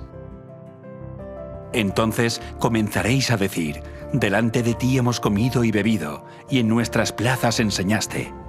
Pero os dirá, «Os digo que no sé de dónde sois, Apartaos de mí, todos vosotros, hacedores de maldad. Lo más triste de todo esto es que muchas de estas personas que están llamando a la puerta se autoengañaban. Creían que estaban caminando con el maestro, cuando en realidad estaban caminando con otro, un maestro falso. Jesús identificó solo una razón para no conocerlos. Él dijo: «Apartaos de mí todos vosotros, hacedores de maldad». Y la palabra maldad significa sin ley. Aunque ellos afirmaban ser seguidores de Cristo, no se rindieron a la obra del Espíritu Santo y en consecuencia no guardaron sus mandamientos. La Biblia dice: «Pues este es el amor a Dios, que guardemos sus mandamientos, y sus mandamientos no son gravosos». En Primera de Juan dice que el que dice yo le conozco y no guarda sus mandamientos, el tal es mentiroso y la verdad no está en él. Así que no basta solamente con afirmar ser cristiano, no es suficiente. Por este motivo, muchos se sorprenderán cuando se enteren de que están fuera del arca y dicen, Señor, Señor, y Él dice, apartaos de mí, no os conozco. Así será la situación en los últimos días. La gente va a pensar que las formas de religión pueden hasta cierto punto suplir la santidad y devoción reales.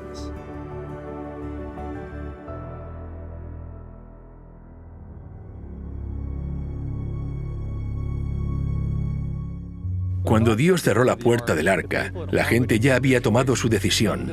Algunos decidieron entrar y otros decidieron estar fuera. La sentencia dada a cada uno fue decidida libremente por ellos mismos. La puerta se cerró solo después de que todo el mundo hubiera tomado su decisión. La ejecución del juicio vino después, cuando comenzó a llover.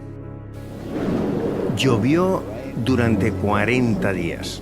Y la Biblia dice que se rompieron todas las fuentes, en plural, del gran abismo.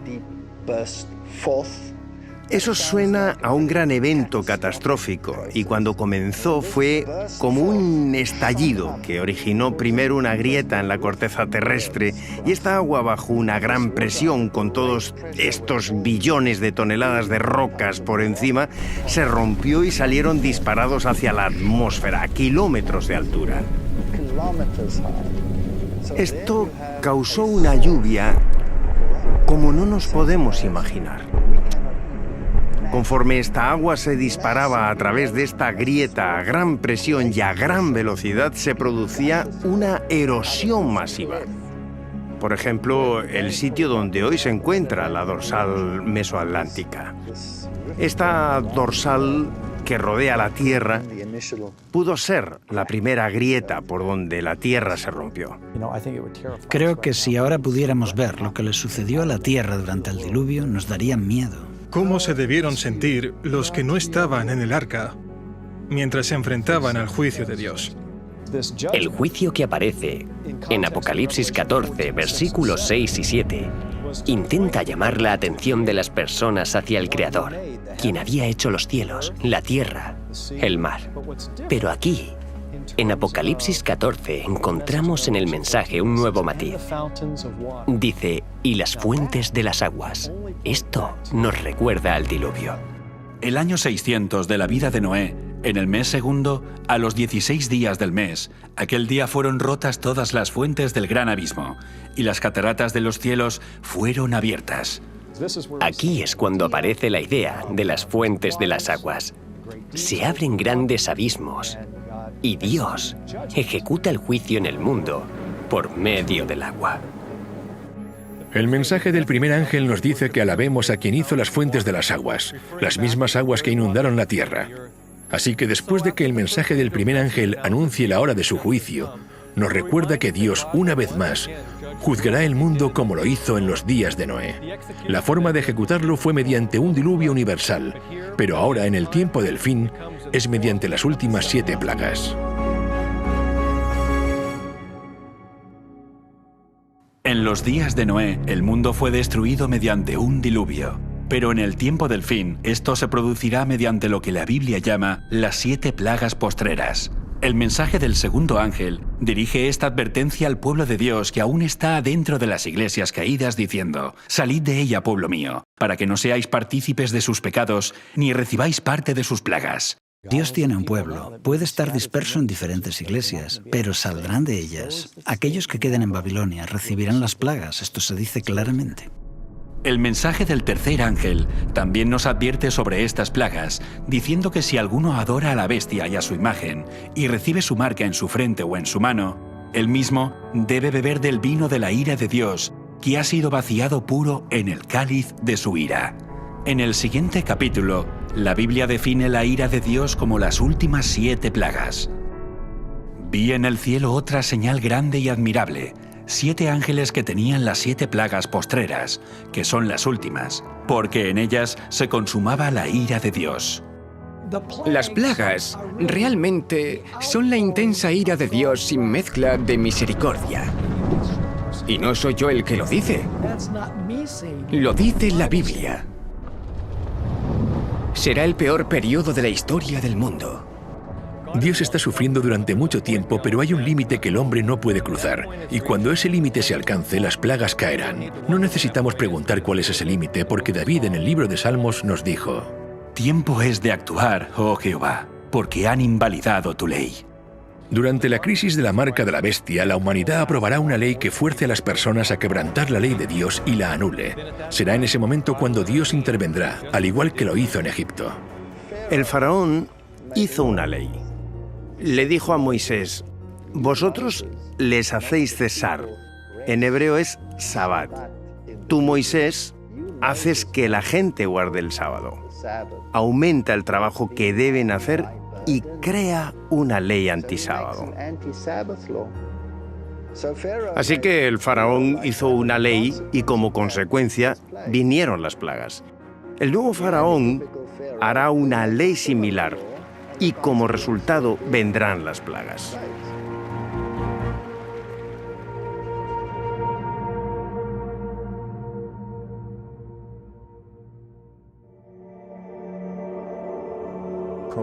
El tiempo de gracia ha finalizado. Todos han tomado su decisión. Y ahora comienza a ejecutarse el juicio para que se vean los resultados de la decisión que han tomado.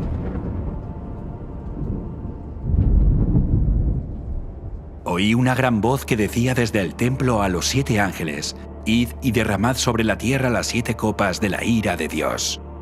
Las últimas 7 plagas son descritas en Apocalipsis capítulo 16, y algunas de esas plagas son, por ejemplo, algunas personas desarrollarán heridas en todo su cuerpo. Fue el primero, y derramó su copa sobre la tierra, y vino una úlcera maligna y pestilente sobre los hombres que tenían la marca de la bestia y que adoraban su imagen. El océano se convertirá en sangre, y todos los animales que están en los mares morirán. El segundo ángel derramó su copa sobre el mar, y éste se convirtió en sangre como de muerto, y murió todo ser vivo que había en el mar.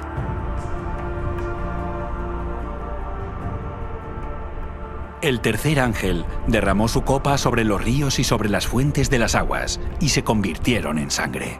Las fuentes de los ríos, el agua potable también se convertirá en sangre.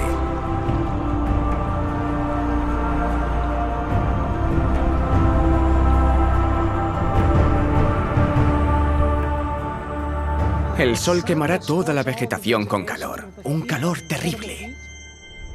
El cuarto ángel derramó su copa sobre el sol, al cual fue dado quemar a los hombres con fuego. Y los hombres se quemaron con el gran calor, y blasfemaron el nombre de Dios, que tiene poder sobre estas plagas, y no se arrepintieron para darle gloria. El quinto ángel derramó su copa sobre el trono de la bestia, y su reino se cubrió de tinieblas, y mordían de dolor sus lenguas, y blasfemaron contra el Dios del cielo por sus dolores y por sus úlceras, y no se arrepintieron de sus obras. El sexto ángel derramó su copa sobre el gran río Éufrates, y el agua de éste se secó, para que estuviese preparado el camino a los reyes del oriente. Y claro, durante la sexta plaga, que el río Éufrates se seque significa que las multitudes van a retirar su apoyo a los líderes religiosos, y en este momento se volverán en contra de los líderes religiosos. Pero debo subrayar que esto tiene lugar después de que el periodo de prueba haya terminado. la gente verá que ha sido engañada. Estamos perdidos, gritan, y tú eres el culpable de nuestra ruina. Y se volverán contra los falsos pastores. Por todos lados hay conflicto y la sangre se derrama. La gente aún está viva en el momento que la puerta se cierra, y mientras que el mundo se termina, las plagas están cayendo, y esto sucede antes de que Cristo venga en las nubes de gloria. Incluso después de que caiga la sexta plaga, sabemos que Jesús aún no ha regresado a la tierra, porque entre la sexta y la séptima plaga, Él dice: «He aquí, yo vengo como ladrón». El séptimo ángel derramó su copa por el aire, y salió una gran voz del templo del cielo, del trono, diciendo: «Hecho está». Entonces hubo relámpagos, voces, truenos y un gran temblor de tierra, un terremoto tan grande cual no lo hubo jamás desde que los hombres han estado sobre la tierra. Y cayó del cielo sobre los hombres un enorme granizo, como del peso de un talento, y los hombres blasfemaron contra Dios por la plaga del granizo, porque su plaga fue sobremanera grande.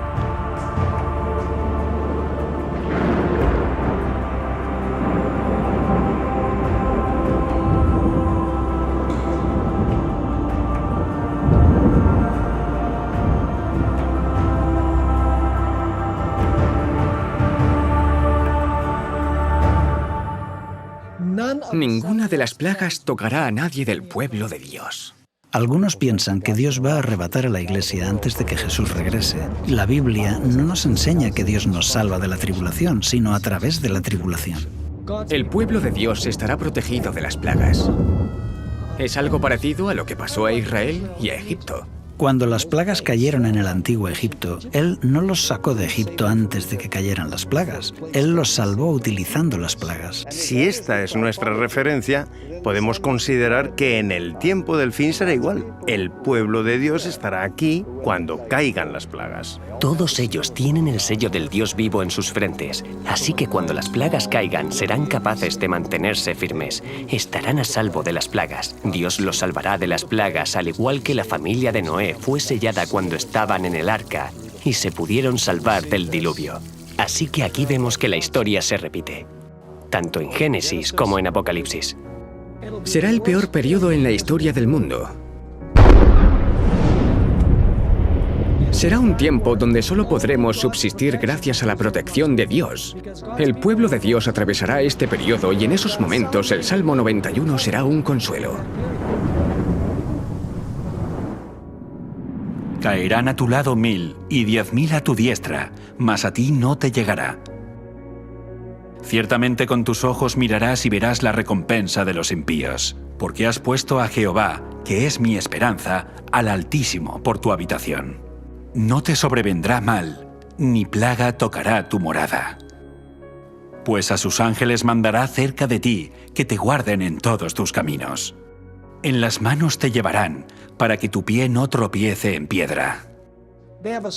Han llegado a desarrollar un carácter perfecto gracias a una relación íntima con Cristo, y Cristo, como resultado, pondrá su sello en ellos para sostenerlos en el tiempo de dificultad y revelar a los ángeles quién debe ser protegido durante este tiempo de dificultad. En los días de Noé, el arca fue el medio por el que Dios cumplió la promesa de mostrar misericordia a Noé. Por lo tanto, el arca en el tiempo del fin es el medio por el que Dios cumplirá su promesa de mostrar misericordia a aquellos que entren al pacto eterno. Por lo tanto, la promesa se cumple mediante la sangre del pacto eterno. Dios ahora ordena a sus santos ángeles preservar y proteger de las últimas 7 plagas a aquellos que están dentro del pacto mediante la sangre de Jesús. Es la consumación final de la ira de Dios sobre un mundo que ha rechazado su misericordia, que ha rechazado su ley y que ha rechazado su justicia.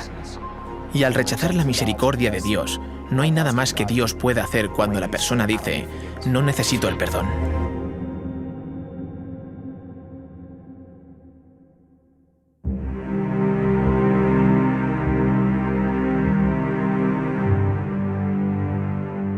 Nadie necesita recibir estas plagas, porque Jesús ya bebió esta copa por nosotros.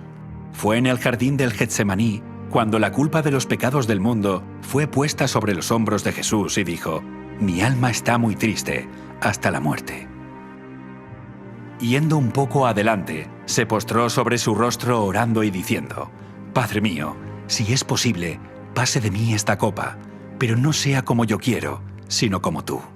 La copa de esta ira y la separación del Padre a nuestro favor rompió el corazón del Hijo de Dios, y al recibir la ira de Dios por nosotros, la Biblia dice: por él seremos salvos de la ira, porque no nos ha puesto Dios para ira, sino para alcanzar salvación por medio de nuestro Señor Jesucristo, quien murió por nosotros.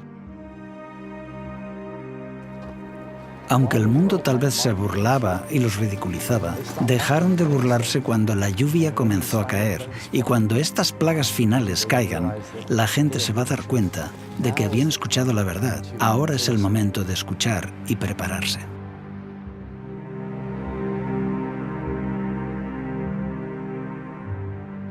Al igual que las multitudes se reunieron ante el arca contemplando la decisión final que sellaría su destino, así te encuentras tú hoy en el valle de la decisión. ¿Recibirás el mensaje de Noé repetido por el mensaje de los 3 ángeles? ¿Entrarás al arca del pacto eterno descansando el 7º día guardando la señal del pacto? ¿Estarás entre aquellos que guardan los mandamientos de Dios y la fe de Jesús, o estarás entre aquellos que siguen los mandamientos de los hombres?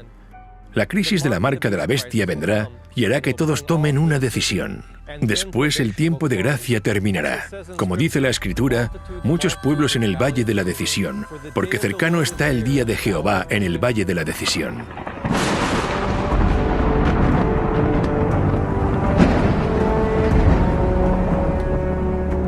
Después de las últimas 7 plagas, lo siguiente que ocurre es la bendita esperanza y la aparición gloriosa de Dios y nuestro Salvador Jesucristo. Durante siglos, los cristianos han hablado, soñado y deseado ese día, cuando puedan mirar al rostro a aquel que murió para redimirlos. Y ahora ese tiempo ha llegado. ¿Pero estarás listo para encontrarte con Él? Segunda venida. Cuando volvamos a ver de nuevo a Cristo, cuando Cristo venga por segunda vez, la Biblia dice que esta tierra quedará en un estado inhabitable a causa del fuego y la presencia de Dios. Porque nuestro Dios es fuego consumidor. Cuando Él regrese a la tierra, Pablo escribe: cuando se manifieste el Señor Jesús desde el cielo con los ángeles de su poder en llama de fuego. Él regresará como fuego consumidor, porque Jesús no solo vendrá como el ser humano que fue cuando caminó sobre esta tierra. Él vendrá como el Rey de Reyes y Señor de Señores. Su gloria ya no estará velada.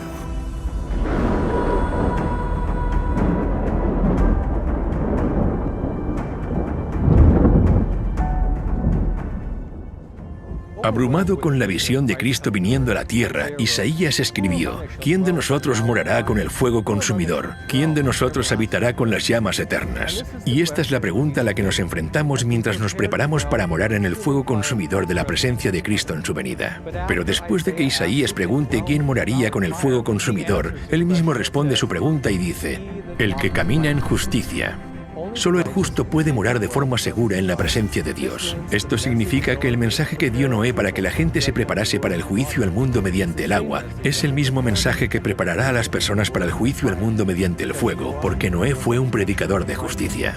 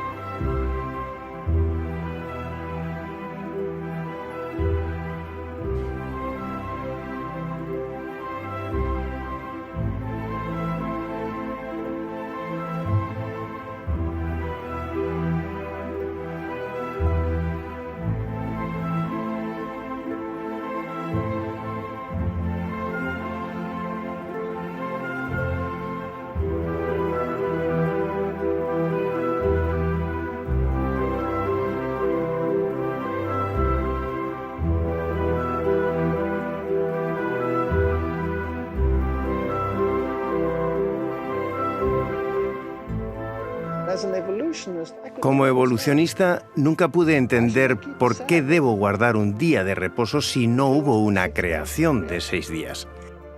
Este asunto se debatirá de nuevo en el tiempo del fin. Recuerdo a una señora en particular que vino a mis reuniones cuando hablaba sobre el cuerno pequeño de Daniel 7 y 8 y la bestia de Apocalipsis 13, una profecía que identifica al papado católico. Y ella dijo que había crecido en la Iglesia Católica. De hecho, había estado en un convento, se había educado en un convento. Hasta ese momento estaba emocionada, pero cuando prediqué ese mensaje dejó de venir. Pero las buenas noticias son que aunque le tomó tiempo asimilar el mensaje, después de varios meses de estudio personal, aceptó el mensaje.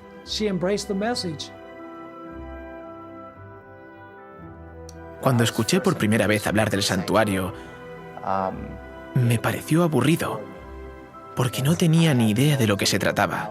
Acababa de entrar en la iglesia y solo me atraía, te puedes imaginar, el tema de la marca de la bestia. El santuario era solo como, bueno, sí, la marca de la bestia, eso es lo importante. No fue hasta que aprendí a estudiar la Biblia que comencé a ver la belleza de los símbolos del santuario. Cuando comencé a estudiarlo personalmente y me di cuenta de su función dentro del contexto del mensaje de los 3 ángeles, puedo decir que enriqueció y profundizó mi comprensión de la palabra de Dios, del plan de salvación, del carácter de Cristo. Realmente enriqueció la visión que yo tenía del plan de salvación. my view of the plan of salvation.